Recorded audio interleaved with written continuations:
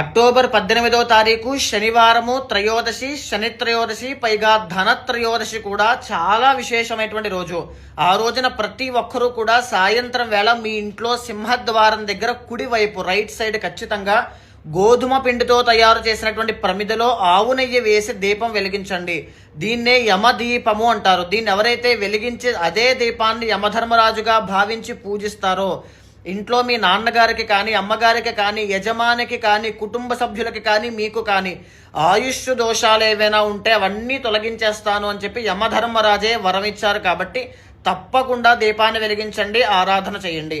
ఇక ఎడమ వైపున అదే రోజున సాయంత్రం వేళ రాగి చెంబు కానీ, రాగి బింది కానీ తీసుకుని అందులో నీళ్లు వేసి ఉత్తరేణి ఆకులు, తులసి ఆకులు వేసి ఆ బిందినే ధన్వంతరి స్వామిగా పూజించడం వల్ల ఇంట్లో దీర్ఘకాలిక ఆరోగ్య సమస్యలు రాకుండా ఇంటిల్లపాది ఐశ్వర్యంతో ఉండేటట్టుగా ధన్వంతరి స్వామి యొక్క అనుగ్రహం వల్ల అన్నీ దక్కుతాయి.